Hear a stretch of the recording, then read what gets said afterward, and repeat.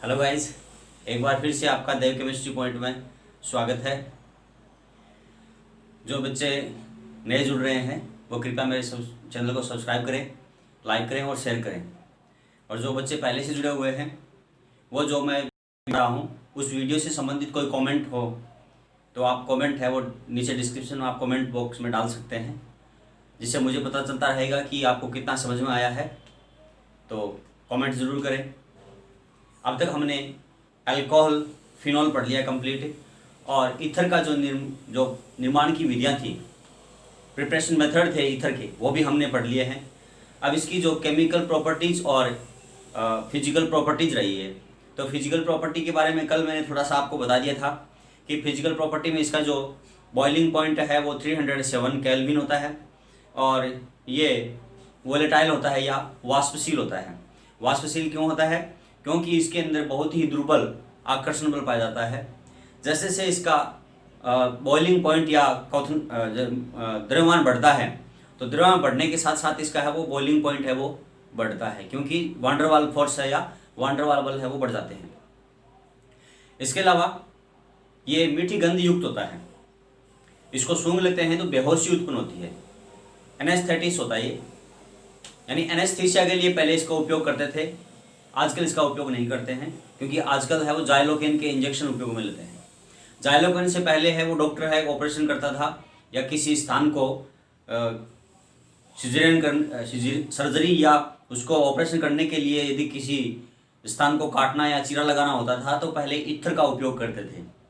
परंतु ईथर सूंघाने पर क्या प्रॉब्लम होती थी कि जो इसकी बेहोशी है वो काफ़ी लंबे समय तक रहती थी, इसीलिए इस ईथर का है वो दुष्प्रभाव होने के कारण इसका ईथर का आजकल उपयोग नहीं किया जाता, जाइलोकेन का उपयोग किया जाता है। जाइलोकेन प्रभावी अंग पे जितना प्रभावी अंग होता है उतने ही अंग के ऊपर, जैसे कि कहीं आपका मान लो कि अपेंडिक्स का ऑपरेशन करना है तो जितने दूर से काटते हैं उतनी दूर के अंदर है वो एक इंजेक्शन लगा देते हैं, या कोई और ऑपरेशन करना हो हाथ पैर का तो जहाँ पर ऑपरेशन करते हैं वहाँ पर जाइलोकेन का इंजेक्शन लगा देते हैं, ताकि वहाँ से एनेस्थेटिस हो जाए या वहाँ पर बेहोशी उत्पन्न हो जाए उस शरीर के अंदर, तो उसका उपयोग करते हैं। आजकल ईथर का उपयोग नहीं करते हैं।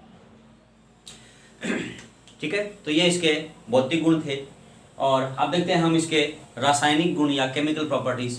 केमिकल प्रॉपर्टीज में हम ये 8 रिएक्शन पढ़ेंगे, इसके अलावा कोई नहीं पढ़ेंगे। एक तो इसका हेलोजिनेशन पढ़ेंगे, एक इसका पढ़ेंगे हम ऑक्सीडेशन। ऑक्सीडेशन के ऊपर प्रश्न पूछा जाता है, वो भी मैं आपको बताऊंगा।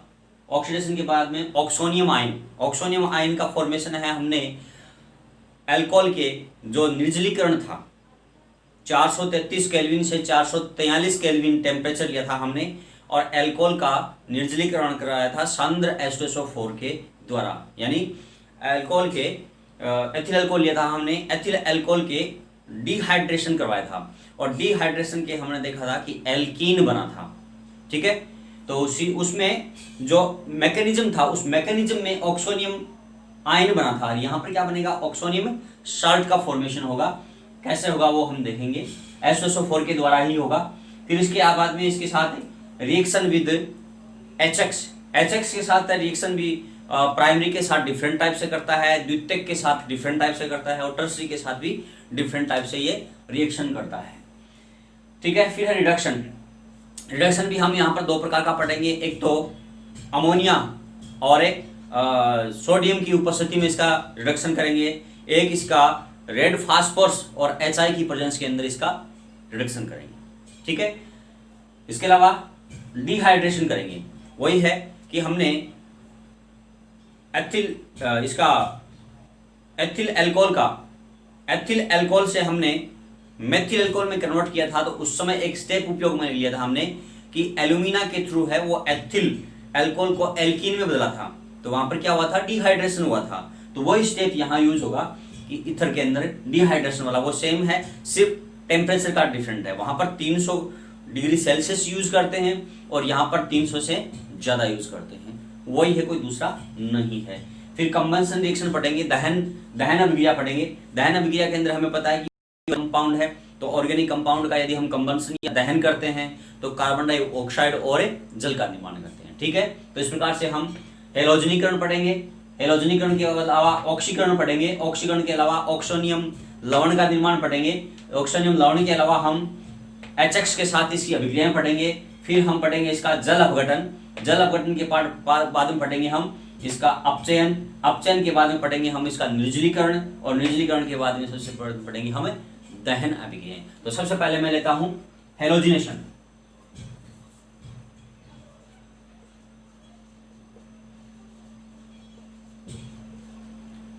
हेलोजिनेशन या हेलोजीकरण में देखेंगे, बहुत ही सिंपल रिएक्शन है, कुछ नहीं करना आपको। डाईएथिल ईथर ले लिया आपने, और इस डाईएथिल ईथर की रिएक्शन है वो हेलोजन के साथ करवा देनी है। हेलोजन आप ले लें कोई भी, जैसे मैंने यहाँ पर ब्रोमीन ले लिया है, और यहां पर रखना आप अंधेरा। क्या रखना आपको? अंधेरा रखना है। जैसे ही अंधेरा रखते हैं तो अंधेरा रखने पर यहां पर अल्फा हाइड्रोजन क्या करेंगे कि अल्फा हाइड्रोजन का यहां से एलिमिनेशन हो जाता है या विस्थापन हो जाता है यहां पर। तो अल्फा हाइड्रोजन कौन से, देखो ये कौन सा कार्बन है? Alpha carbon. ये भी कौन सा है? अल्फा कार्बन है। दोनों कैसे हैं? Alpha carbon. एक को आपने अल्फा ले लिया, दूसरे को आपने क्या कर दिया? अल्फा डैश कर दिया। तो ये अल्फा कार्बन है और ये अल्फा डैश कार्बन है। तो यहां से एक एक हाइड्रोजन हटेगा, तो इस हाइड्रोजन को हटेंगे यहां से, और यहां से हाइड्रोजन हटेंगे तो यहां पर क्या हो जाएंगे? Br जुड़ जाएंगे। तो प्रोडक्ट कैसे होगा? CH3CH, एक हाइड्रोजन तो यहां से Br के साथ यहां से रिमूव हो गया, तो यहां पर क्या आ जाएगा? Br, फिर आ गया O, और फिर क्या आ गया? CH, फिर आ गया Br, और फिर आ गया CH3। अब यहां से 2 H हटे तो यहां से 2 Br आ गए, तो क्या बन गया? 2HBr। तो यहां पर देखो 2 Br ये और 2 ब्रोमीन ये, तो ब्रोमीन कितने हो गए? 4। तो इसको आप 2 से मल्टीप्लाई कर दें, ठीक है। अर्थात जब हम डाईएथिल ईथर की रिएक्शन हम करवाते हैं ब्रोमीन के साथ या कोई हेलोजन के साथ, अंधेरे में करवाते हैं, तो क्या बनता है? अल्फा और अल्फा डैश डाई ब्रोमो बनता है उत्पाद। क्या बनता है? अल्फा और अल्फा डैश डाई ब्रोमो उत्पाद बनता है, ठीक है। तब इसका नाम लिखें, क्या हो जाएगा? ये देखो ये अल्फा है, ये किस लिए आपने? अल्फा डैश, तो नाम होगा इसका अल्फा डैश डाई ब्रोमो, ठीक है ना। डाई ब्रोमो, फिर क्या हो गया? डाई एथिल ईथर, ठीक है। तो नाम क्या होगा इसका? Alpha dash die bromo die ethyl ether. Alpha dash die bromo die ethyl ether, ये इसका नेम हो गया, ठीक है। तो ये रिएक्शन कंप्लीट हो गई, हेलोजिनेशन। अब इसमें थोड़ा सा अंतर और कर दें कि आपको क्वेश्चन ये पूछ ले कि हेलोजिनेशन हम क्या करें, सनलाइट की प्रेजेंस में करते हैं या प्रकाश की उपस्थिति में करते हैं, तो किस प्रकार की रिएक्शन होगी? अब रिएक्शन डिफरेंट हो जाएगी। ये रिएक्शन कहां पर हो रही है? अंधेरे में हो रही है, ठीक है। और अंधेरे में नहीं, यहां पर हम ले लें प्रकाश, ले लें सनलाइट, ले लें यहां पर, ठीक है ना। क्या लिया आपने? सनलाइट ले ली। और जैसे सनलाइट लेते हैं तब हमने रिएक्शन करवा दी, क्लोरीन के साथ रिएक्शन करवाते हैं। तो ध्यान रहे, सनलाइट लेते हैं तो सारे के सारे हाइड्रोजन यहां से रिमूव हो जाते हैं। सारे के सारे हाइड्रोजन क्या हो जाएंगे? रिमूव हो जाएंगे। तो यहां से हाइड्रोजन कितने हैं? 3। तो यहां से तीनों हाइड्रोजन रिमूव हो गए, क्या आ गया? क्लोरीन आ गया। यहां पर हाइड्रोजन 1 है और ये हेलोजन, तो यहां पर भी कितना हो गया? Cl2 हो गया, ठीक है। यहां से भी हट गया और यहां पर कितना हो गया? Cl2। यहां से 3 हाइड्रोजन हट गया, कितना हो गया? Cl3। अब देखिए H कितने हटे हैं? 3, 2, 5 और 5 10। कितने H हट गए? 10 हट गए। तो 10 H हटे हैं, तो यहां पर क्लोरीन भी कितने आएंगे? 10। तो यहां पर हो गया HCl, ठीक है। तो 10 HCl यहां से निष्कासित हो गए, तो 10 HCl यहां निष्कासित हो गए और 10 यहां पर ये Cl जुड़ गए, तो टोटल कितने हो गए? 20 क्लोरीन। तो आपने इसको कितने से मल्टीप्लाई कर दिया? 10 क्लोरीन से मल्टीप्लाई कर दिया। अब देखिए इसका नाम है वो चेंज हो गया है। नाम क्या होगा इसका?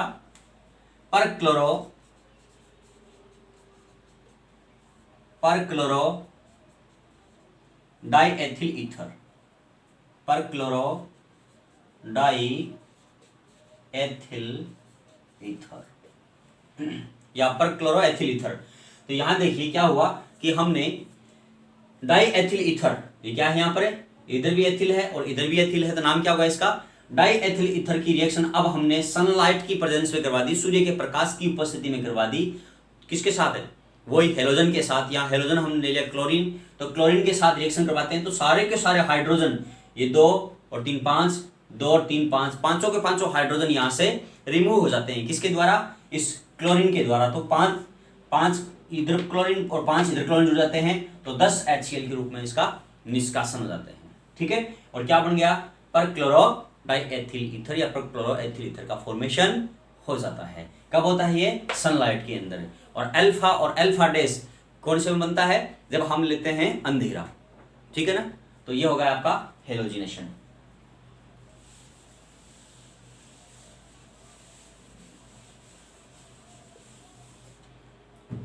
हेलोजिनेशन के बाद में है ऑक्सीडेशन, ऑक्सीकरण।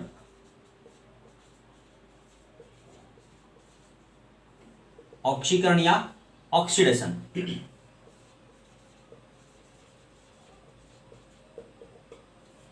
ऑक्सीकरण का मतलब क्या होता है कि ऑक्सीजन का एडिशन होगा ऑक्सीजन, ठीक है, या कोई नेगेटिव पार्ट का है वो एडिशन होना, लेकिन यहां पर हम केवल ऑक्सीजन ही लेंगे। कि जैसे हम एथिल ईथर ले,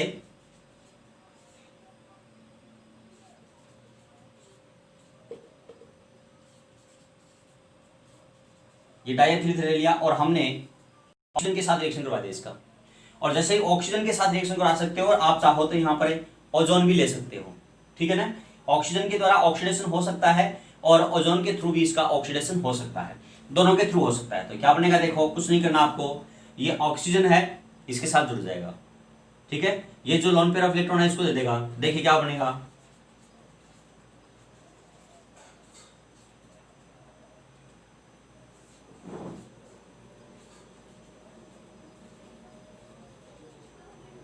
ये देखिए।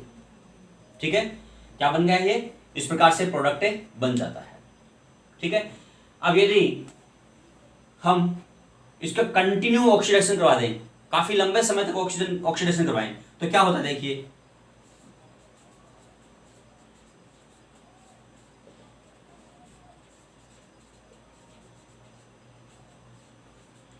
लंबे समय तक ऑक्सीजन कराना है,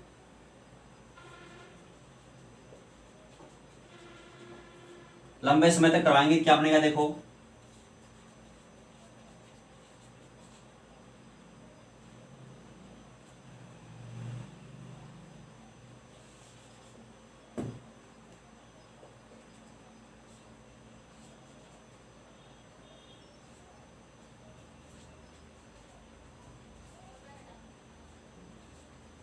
देखिए ये बन गया है हाइड्रोप्रोक्साइड। क्या बन गया है, हाइड्रोप्रोक्साइड। और हाइड्रोप्रोक्साइड क्या होता है, विस्फोटक होता है। ठीक है, तो अब आपसे पूछ ले कि जब हम ईथर का, या आपसे ये पूछ ले कि ईथर को लंबे समय तक वायु के संपर्क में नहीं रखा जा सकता क्यों, या ईथर को वायु के संपर्क में रखने से बचाया जाता है क्यों। क्यों बचाया जाता है कि ये वायु के साथ रिएक्शन करके क्या बना लेगा, वो ये 1 नंबर कार्बन है, 2 नंबर कार्बन, तो क्या हो गया 1 एथॉक्सी,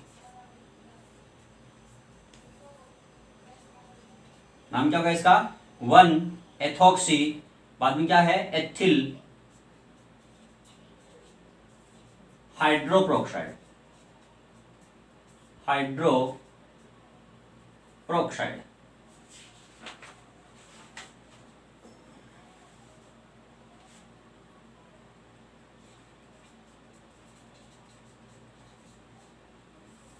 क्या बन गया है 1 एथॉक्सी एथिल हाइड्रोप्रोक्साइड का फॉर्मेशन हो गया है यहाँ पर। ठीक है, तो क्वेश्चन किस प्रकार से बनता है कि भाई ईथर को है वो लंबे समय तक, या ईथर को वायु के संपर्क में आने से बचाया जाता है क्यों, क्योंकि ईथर जब लंबे समय तक वायु के संपर्क में आ जाता है तो ये विस्फोटक है। कैसा है ये, विस्फोटक है। एक्सप्लोजिव है ये, एक्सप्लोजिव होता है या विस्फोटक होता है। तो इसका यदि किसी दूसरे के साथ रिएक्शन करवा लें हम ईथर का, तो ईथर का रिएक्शन कराते हैं तो उस टाइम में विस्फोट हो जाता है। तो विस्फोटक पदार्थ का फॉर्मेशन हो जाता है। इसीलिए हमें क्या करना पड़ता है, ईथर को वायु के संपर्क में आने से बचाया जाता है। ठीक है,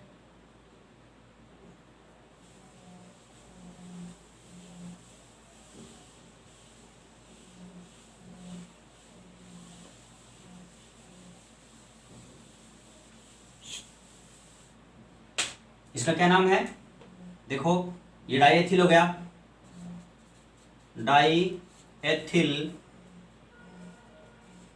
ईथर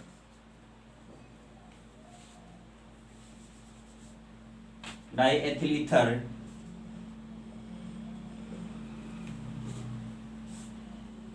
पेरोक्साइड। ठीक है ना, यहां पर तो ये डाईएथिल ईथर पेरोक्साइड बना है, ये तो पेरोक्साइड है, वो विस्फोटक नहीं होता, परंतु लंबे समय तक यदि हम उसको वायु के संपर्क में रखते हैं तो वो विस्फोटक हो जाता है। ठीक है, तो ये अभिक्रिया कौन सी हो गई, ऑक्सीडेशन या ऑक्सीकरण की रिएक्शन हो गई है।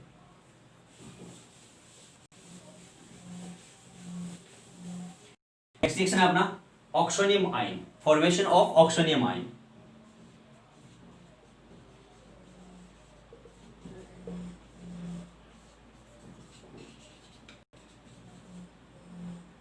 Oxonium salt, formation of A oxonium salt या ऑक्सोनियम आयन का या ऑक्सोनियम का निर्माण करना।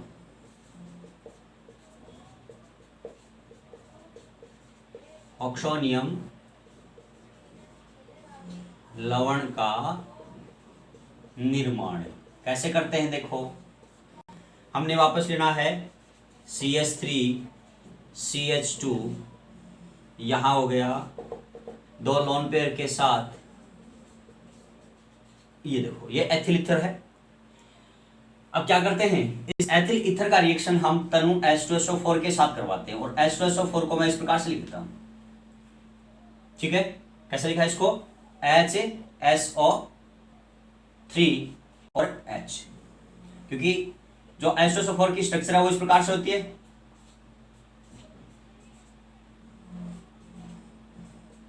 ये H2SO4 की स्ट्रक्चर होती है। अब ये क्या करेगा कि यहां से एक इलेक्ट्रॉन त्यागता है, तो ये इलेक्ट्रॉन ये वाला ऑप्शन है, वो इलेक्ट्रॉन इसके बॉन्ड के क्या कर लेता है, इलेक्ट्रॉन को ग्रहण कर लेता है, तो यहां पर क्या आ जाएगा पॉजिटिव चार्ज, और इस पर कौन सा आ जाएगा नेगेटिव चार्ज। तो मैं इसको लिखता हूं ऐसे, यहां पर नेगेटिव कर दिया, इसको क्या कर दिया हमने पॉजिटिव। जैसे इस पे नेगेटिव किया है, इस पे और इस पे हाइड्रोजन पे पॉजिटिव चार्ज आया है, इसके कारण, इस संरचना के कारण, तो ये क्या करेगा, लोन पेयर ऑफ इलेक्ट्रॉन है इस हाइड्रोजन को दे देता है, और ये यहां से इतना टूट के और यहां से टूट जाएगा, और ये बन गया H+, और ये HSO4 नेगेटिव है वो अलग हो जाता है, इतना इतना क्या हो जाता है, HSO4 नेगेटिव अलग हो जाता है। तो देखिए जैसे इसके ऊपर इसने इलेक्ट्रॉन डोनेट किया, तो स्ट्रक्चर इस प्रोडक्ट है या उत्पाद इस प्रकार से बन जाएगा, क्या बना, या मैं इसको ऐसे लिख देता हूं, CH3CH2O, इधर CH2 और CH3। ठीक है, और यहां पर आ जाएगा पॉजिटिव चार्ज, और यहां गया हाइड्रोजन, तो ये क्या बन गया है, ऑक्सोनियम आयन बन गया है। ठीक है ना, क्या बना है यहाँ पे, डाई एथिल ऑक्सोनियम आयन बन गया है, क्या बना, डाई एथिल ऑक्सोनियम आयन बन गया है। ये डाई एथिल ऑक्सोनियम आयन है, वो फिर से रिएक्शन करता है किसके साथ, H2SO4 के साथ। ठीक है ना, देखिए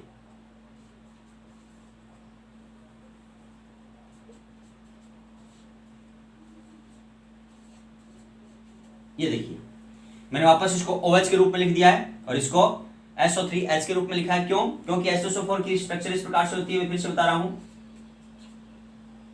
ये हाइड्रोजन, इधर ऑक्सीजन, ये हाइड्रोजन, इधर डबल बॉन्ड से O। तो अब मैं क्या है कि पहले तो हमने इतना सा लिया था, अब मैं पूरा इसको OH को ले लेता हूं, कि यहां से क्या करेगा, ये रिमूव कर देगा। ये जो डाई एथिल ऑक्सोनियम आयन बना है, ये डाई एथिल ऑक्सोनियम आयन फिर से H2SO4 के साथ रिएक्शन करता है, ये H2SO4 है, इस H2SO4 से रिएक्शन करता है, तो देखिए प्रोडक्ट क्या बनता है, देखिए यहां से क्या रिमूव हुआ, H2O, क्या रिमूव हो गया यहाँ पे, H2O का रिमूवल हो गया है, माइनस से H2O लिख दिया। ठीक है, अब ये CH3 CH2 CH3 CH2 दो बार है और ऑक्सीजन है, साथ में क्या जुड़ गया ये SO3H, तो क्या हो जाएगा, देखो मैंने इसको ऐसे लिख दिया CH3 CH2 का होल, ठीक है, इसको मैंने लिख दिया CH3 CH2 का होल, और यहां पर क्या आ रहा है, देखो O आ रहा है, मैंने क्या यहाँ पे O, और O पर चार्ज कैसा है, पॉजिटिव है, और यहां पर क्या लिख दिया SO3H, तो नाम क्या बन गया, डाईएथिल ऑक्सोनियम सल्फेट। क्या बन गया ये, डाईएथिल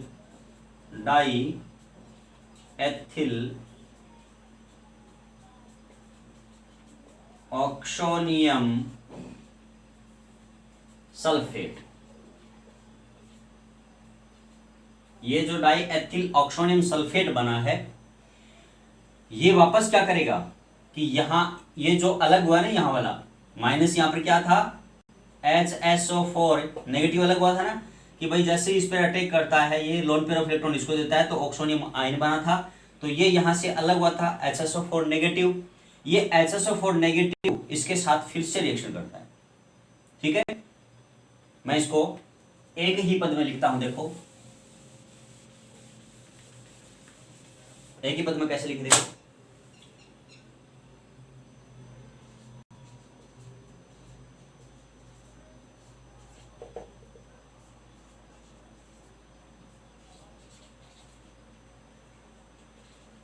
प्लस से HSO3SO4H, इस पे पॉजिटिव चार्ज, ये लोन पेयर ऑफ इलेक्ट्रॉन इसको देगा,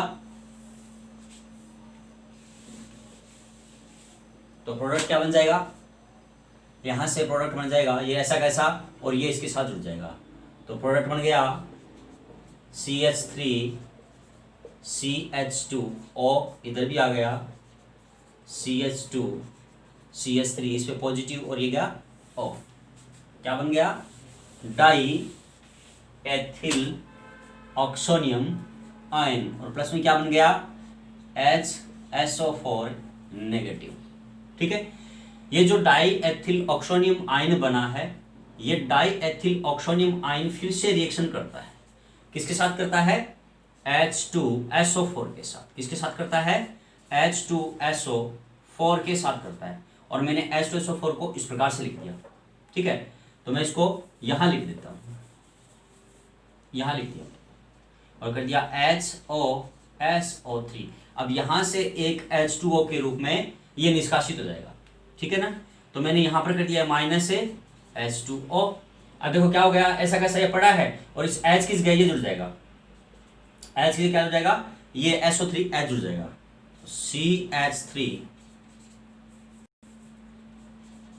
CH2O इधर आ गया, CH2CH3, दोनों साइड में एथिल ग्रुप है, इस पर पॉजिटिव चार्ज है, और SO3H क्या बन गया यहाँ पे, SO3H बन गया। नाम क्या होगा इसका, डाई एथिल ऑक्सोनियम सल्फेट। क्या नाम बन गया इसका, डाई एथिल ऑक्सोनियम सल्फेट। ये डाई एथिल ऑक्सोनियम सल्फेट बन रहा है, जल का यहां से निष्कासन हो रहा है। ये डाई एथिल ऑक्सोनियम सल्फेट फिर से क्या करेगा कि ये जो बचा हुआ है HSO4 नेगेटिव, इसके साथ रिएक्शन करता है, तो मैं इसको यहां ले लेता हूं वापस। क्या ले लिया मैंने, इसको यहां ले लिया, तो क्या गया HSO4 नेगेटिव। अब क्या करेगा ये, यहां से इसको मैं थोड़ा सा नीचे लिख दूं, देखो ऐसे CH2CH3, ठीक है, या फिर हम इसको लिखने का तरीका थोड़ा चेंज कर दें, CH3CH2O CH2CH3, और यहां कर दिया SO3H जोड़ दिया। ठीक है, अब क्या करेगा, ये वाला यहां से वापस अटैक करता है, तो HSO4 नेगेटिव, तो यहां से देखो ये अलग हो जाएगा। क्या अलग हुआ, CH3CH2O और SO3H, तो 3 H O ये हो गए और एक O ये हो गया, तो कितना हो गया O 4 OS, तो क्या हो गया SO4 H, तो सल्फेट बन गया ना। तो किसका फॉर्मेशन होगा यहाँ पे देखिए, CH3 CH2 और SO4 H का हो गया। ध्यान दे, CH3 CH2 फिर H के साथ O2 तीन रहे, कितने हुए 4 और एक H है, तो नाम क्या होगा इसका, एथिल हाइड्रोजन सल्फेट। कितने बन गए 2, क्योंकि ये भी देखो एथिल हाइड्रोजन सल्फेट बना, तो नाम होगा इसका एथिल हाइड्रोजन सल्फेट। ठीक है, इस प्रकार से थोड़ा सही लिख देता हूं, एथिल हाइड्रोजन सल्फेट। ठीक है ना। तो किसका निर्माण हो गया कि जब हम डाइएथिल ईथर के साथ H2SO4 की रिएक्शन करवाते हैं, तो H2SO4 की रिएक्शन पहले तो बनता है oxonium ion, diethyl oxonium ion, और डाइएथिल ऑक्सोनियम आयन का फिर से H2SO4 रिएक्शन करता है और उसका बना देता है डाइएथिल ऑक्सोनियम सल्फेट। किसका निर्माण करेगा, डाइएथिल ऑक्सोनियम सल्फेट। और ऑक्सोनियम सल्फेट जो पहली अभिक्रिया के अंदर HSO4 नेगेटिव बना था उसके साथ फिर से रिएक्शन करता है और एथिल हाइड्रोजन सल्फेट का निर्माण कर लेता है। ठीक है, तो ये अभिक्रिया किसकी हो गई है, ऑक्सोनियम साल्ट का फॉर्मेशन हो गया।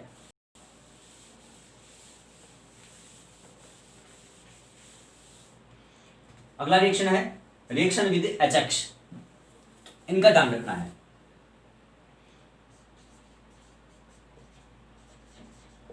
रिएक्शन विद HX, इसमें डिफरेंट डिफरेंट टाइप का होगा। कैसे होगा देखें,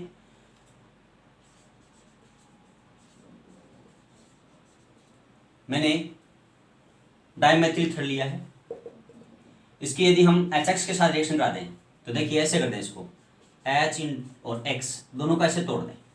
क्या कर दिया, H लिखा X लिखा, तोड़ दिया, तो क्या बन गया देखो, एक तो बन गया HOS, तो क्या बन गया, मेथिल अल्कोहल। ठीक है ना, मिथाइल अल्कोहल। एक बन गया CH3X, तो क्या बन गया, मेथिल हैलाइड। अर्थात यदि सममित या सिमेट्रिक ईथर की यदि हम रिएक्शन करवाते हैं एल्किल हैलाइड के साथ, तो क्या होता है, इस सिमेट्रिक ईथर की या सिंपल ईथर की या सरल ईथर की रिएक्शन हम करा देते हैं HX के साथ, HBr है, HCl है, इसके HI है, इनके साथ यदि रिएक्शन करवाते हैं तो क्या बनते हैं, एक तो बनता है अल्कोहल, एक बनता है एल्किल हैलाइड। ठीक है, ये एल्किल हैलाइड बना है और यहाँ पे अल्कोहल बन गया। यदि हम यहाँ पर सरल ईथर या सिमेट्रिक ईथर न लेके अनसिमेट्रिक ईथर या मिक्स्ड ईथर ले लें तो यहाँ पर रिएक्शन डिफरेंट टाइप की हो जाएगी। कैसे होगा देखो कि यहाँ पर हम अब थोड़ा सा आगे अभिक्रिया को चेंज कर देते हैं। क्या किया हमने, देखें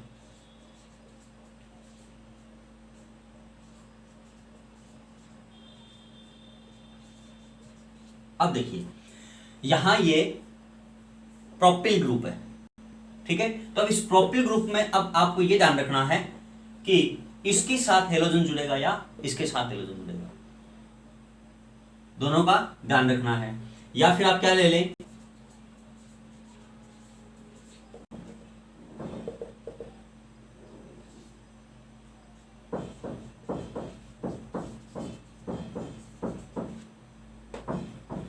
तृतीयक ब्यूटिल ले लें, यहाँ पे तृतीयक ब्यूटिल लें या यहाँ पर आइसोप्रोपिल लें ग्रुप।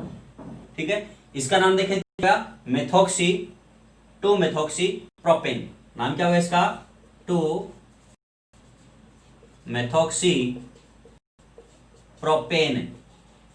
इसका नाम देखें तो क्या हो जाएगा, 2 एथॉक्सी। एथॉक्सी क्योंकि यहाँ पर एथिल ग्रुप है और ये रिंग बड़ी है, 2 एथॉक्सी और क्या हो गया ये 2 मेथिल प्रोपेन, 2 मेथिल प्रोपेन। ठीक है, तो कहते हैं 2 एथॉक्सी तृतीयक ब्यूटिल। ठीक है ना, ये होगा 2 एथॉक्सी 2 मेथिल प्रोपेन बन गया। अब इन सब के साथ हम रिएक्शन करवाएं, इसके साथ भी HX की रिएक्शन करवा दें तो अब प्रोडक्ट क्या बनना है। तो ध्यान रखना है एक छोटी सी बात कि प्राइमरी और सेकेंडरी दो लिख दिया, फिर लिखा मैंने प्राइमरी और टर्सरी। देखिए ये पहले हमने रिएक्शन की थी वो प्राथमिक की थी, यहाँ पर क्या है, ये द्वितीयक कार्बन आ गया, यहाँ पर कौन सा आ गया, ये तृतीयक कार्बन आ गया, ये टर्सरी कार्बन है, ये सेकेंडरी कार्बन है। तो इस टाइप की यदि रिएक्शन होती है तो जो प्रोडक्ट है वो डिफरेंट प्राप्त होता है। ध्यान रहे कि मैंने इस प्रकार से एक टेबल बना ली है, ठीक है, प्राइमरी, सेकेंडरी, प्राइमरी और टर्सरी। अब क्या करना है कि इनको एक बार तो पहले को क्रॉस कर दो और एक बार तीसरे को क्रॉस कर दो। क्या किया है, एक बार तो पहले को क्रॉस कर दो, एक बार तीसरे को क्रॉस कर दो। क्रॉस का मतलब क्या होगा, यहाँ पे क्लोरीन, ब्रोमीन और आयोडीन, यहाँ पर भी क्लोरीन, ब्रोमीन और आयोडीन। इसका मतलब ये हुआ कि जब इस प्रकार से कोई ईथर दिया हुआ हो, अनसिमेट्रिक ईथर दिया हुआ हो या मिक्स्ड ईथर दिया हुआ हो, तो वहां पर प्राइमरी और सेकेंडरी दो प्रकार के बनने की संभावना, उत्पाद क्या बनने की संभावना हो, प्राइमरी और सेकेंडरी उत्पाद बनने की संभावना हो। तो प्राइमरी तो बनेगा हेलाइड, देखो मैंने एक्स लिखा है, इसकी तरफ प्राइमरी की तरफ एक्स लिखा है, तो प्राइमरी तो बनेगा हेलाइड। तो मैंने यहां पर देखिए, यहां मैंने कर दिया एक्स, तो प्राइमरी ये है ना, प्लस एच एक्स, तो प्राइमरी बन गया हेलाइड। तो प्राइमरी ग्रुप केवल इतना ही है, तो कर दिया आपने CH3X, ठीक है। और सेकेंडरी क्या बनेगा, अल्कोहल। तो क्या बन जाएगा, ये अल्कोहल बन जाएगा। क्या बन गया,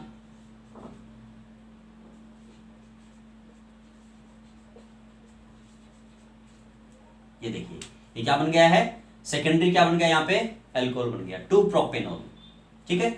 उसी प्रकार से जब टर्सरी होने की संभावना हो, तो टर्सरी के मैंने 3 की तरफ देखो क्रॉस लगाया, मैंने कहां लगाया है, 3 की तरफ क्रॉस, प्राइमरी का नहीं लगाया। तो टर्सरी क्या बनेगा, तृतीयक बनेगा, हेलाइड बनेगा। तो तृतीयक हेलाइड बनेगा, देख लो कैसे होगा,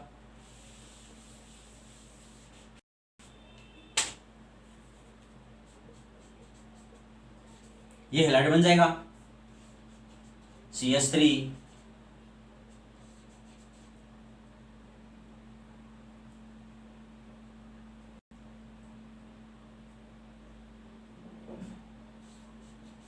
तीन हो गए ना, 1 2 3 मेथिल समूह हो गए, और यहां पर क्या बन गया, OH। तो 2 मेथिल 2 प्रोपेनॉल बन गए। क्या बना है, 2 मेथिल 2 प्रोपेनॉल, और इसके साथ क्या बन जाएगा, X बन जाएगा। तो यहां लिख दिया मैंने HA, और यहां कर दिया मैंने X, ये ऐसे टूट जाएगा, ठीक है। तो ये क्या बन गया, और ये अल्कोहल। इसी प्रकार को यहां देखें, तो यहां क्या कर दिया मैंने, X से, और इधर क्या कर दिया, H से। तो ये क्या करेगा, ऐसे टूट जाएगा। प्राइमरी हेलाइड, टर्सरी हेलाइड, यहां पर क्या है, ये प्राइमरी है, तो क्या बन जाएगा, सॉरी यहां पर X बनेगा, प्राइमरी क्या बन जाएगा, अल्कोहल बन जाएगा। ध्यान दे कि यदि हम प्राइमरी और सेकेंडरी लें, तो प्राइमरी के साथ क्या जाएगा, हेलोजन, मैंने क्रॉस कर दिया है। फिर लिया मैंने प्राइमरी और टर्सरी, तो टर्सरी के साथ क्या जाएगा, हेलोजन जाएगा, यानी तृतीयक कार्बन के साथ बनेगा, और प्राथमिक कार्बन के साथ प्राथमिक हेलाइड बनाता है, ठीक है। तो ये हो गई रिएक्शन किसके साथ है, रिएक्शन विद HX।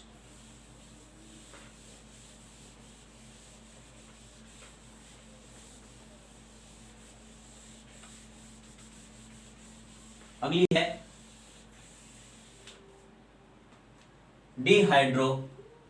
हाइड्रोलाइसिस, ठीक है, हाइड्रोलाइसिस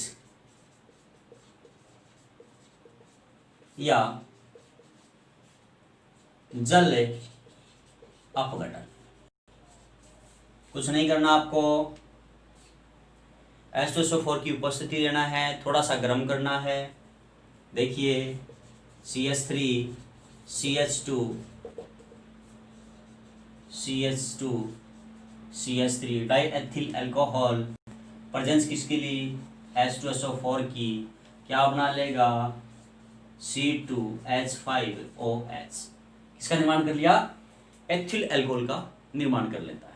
यानी जब हम इसका हाइड्रोलाइसिस या जल अपघटन करते हैं, तो जल अपघटन करने से ईथर का जल अपघटन H2SO4 की उपस्थिति में करते हैं, तो क्या बनता है, अल्कोहल का फॉर्मेशन होता है, ठीक है। अगला देखें हम, रिडक्शन, अपचयन, रिडक्शन या अपचयन। तो रिडक्शन के अंदर देखिए आप कि यहां दो टाइप से रिडक्शन करेंगे, एक तो लेंगे अमोनिया के साथ सोडियम, ठीक है ना। तो जैसे हम अमोनिया के साथ सोडियम लेते हैं धातु, तो यहां पर बनेगा हाइड्रोजन, यह हाइड्रोजन निष्कासित करेगा। तो लिक्विड अमोनिया ले लिया हमने, अमोनिया कैसे ली है, लिक्विड, LiQ, लिक्विड अमोनिया ले लिया। देखिए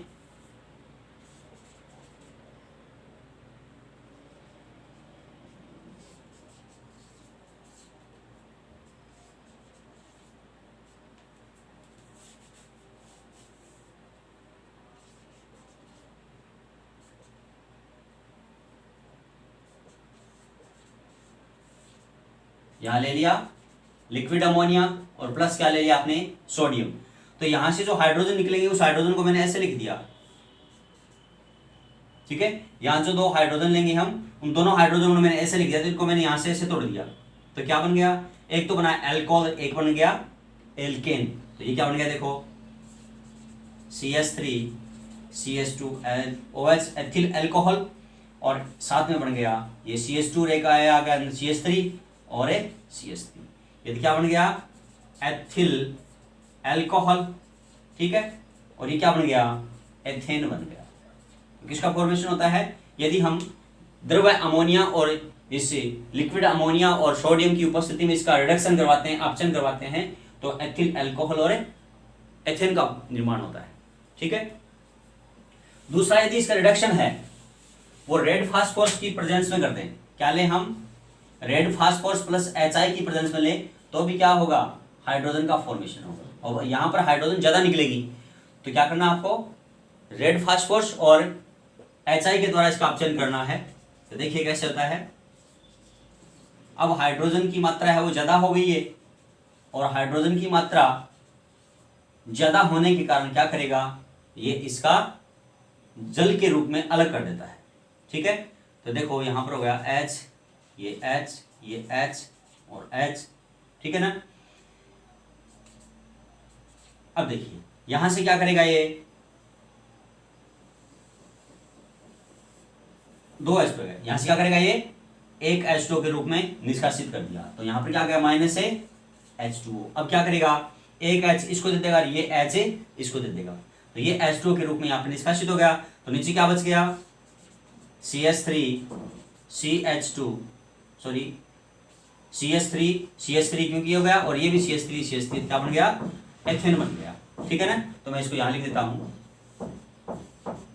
CH3 दो मोल बन गए, क्या बन गया, एथेन का निर्माण हो गया, ठीक है।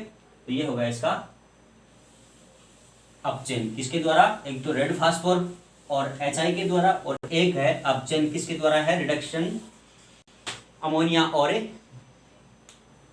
कोई रिएक्टिव धातु, ऐसे मेटल, सोडियम है, पोटेशियम, इस प्रकार से।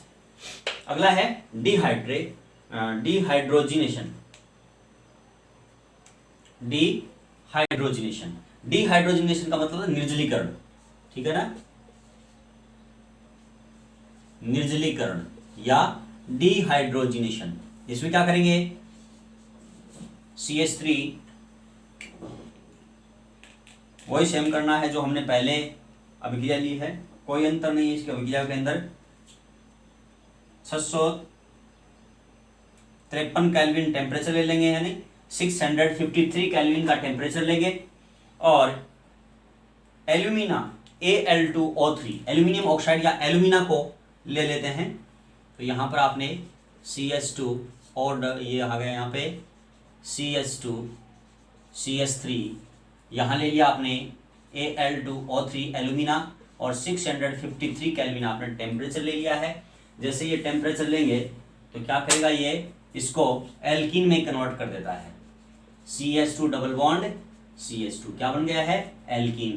कितने मोल है, 2 मोल। एक यहाँ से क्या हो जाएगा, H2O के रूप में निष्कासन हो जाता है। अर्थात क्या करेंगे कि जब हम इसका क्या करें कि एथर का हम एल्यूमिना की उपस्थिति में या Al2O3 के रूप प्रेजेंस में 653 केल्विन पे या 653 केल्विन पे इसको गर्म करते हैं, तो क्या बनता है, एल्कीन का निर्माण होता है, ठीक है।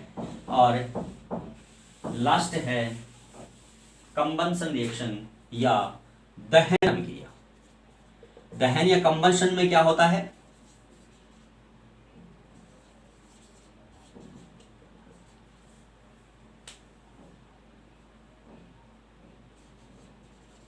कंबशन में या दहन में क्या होता है, देखिए कि ऑक्सीजन की उपस्थिति में जलेगा, और जलेगा तो सीधी सी बात है, यदि ऑर्गेनिक कंपाउंड है तो जल और CO2 बनाएगा। तो ये भी ऑर्गेनिक कंपाउंड है, CH3CH2, ये हमने डाईएथिल अल्कोहल ईथर ले लिया है, डाईएथिल ईथर लिया है, और ऑक्सीजन की प्रेजेंस में हम इसको गर्म करते हैं या हम इसको जलाते हैं, तो क्या बनेगा, एक तो बनेगा CO2 और एक बनेगा जल, ठीक है ना। क्या बनेगा, जल और वाटर और CO2 बनेगा। इसको हम 4 से करते हैं, तो 4 इधर देखो, कार्बन कितने हैं 4, तो हमने इसको 4 से मल्टीप्लाई कर दिया। और अब देखो हाइड्रोजन कितने हो गए, इधर 3 2 5 5 10 हाइड्रोजन है, तो यहाँ पर हाइड्रोजन कितने हैं वाटर के अंदर है 2 ही है, तो हम इसको क्या करते हैं 5 से मल्टीप्लाई कर देते हैं। अब ऑक्सीजन कितने हो गए 8 है, 8 और 5 13, तो यहाँ पर 6 दूनी 12 रह के 13, तो ये रिएक्शन क्या हो गई, बैलेंस हो गई। इस प्रकार से यदि हम ईथर का कंबंशन या दहन करते हैं तो यहाँ पर कार्बन डाइऑक्साइड और जल का निर्माण होता है, ठीक है। तो ये हो गया ईथर, और ईथर का एक स्ट्रक्चर और देख लेते हैं।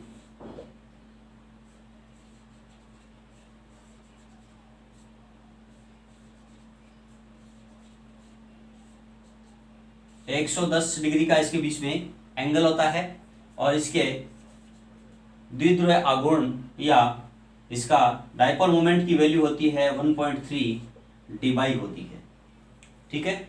और इसकी जो स्ट्रक्चर है वो कैसी है, देखो एंगुलर है, कैसी है, कोणीय संरचना है या एंगुलर स्ट्रक्चर इसका होता है, ठीक है। इस प्रकार से हमने अल्कोहल, फिनॉल और ईथर का है वो कंप्लीट कर लिया है। अगला लेसन अगले वीडियो के अंदर। Okay, thanks for watching.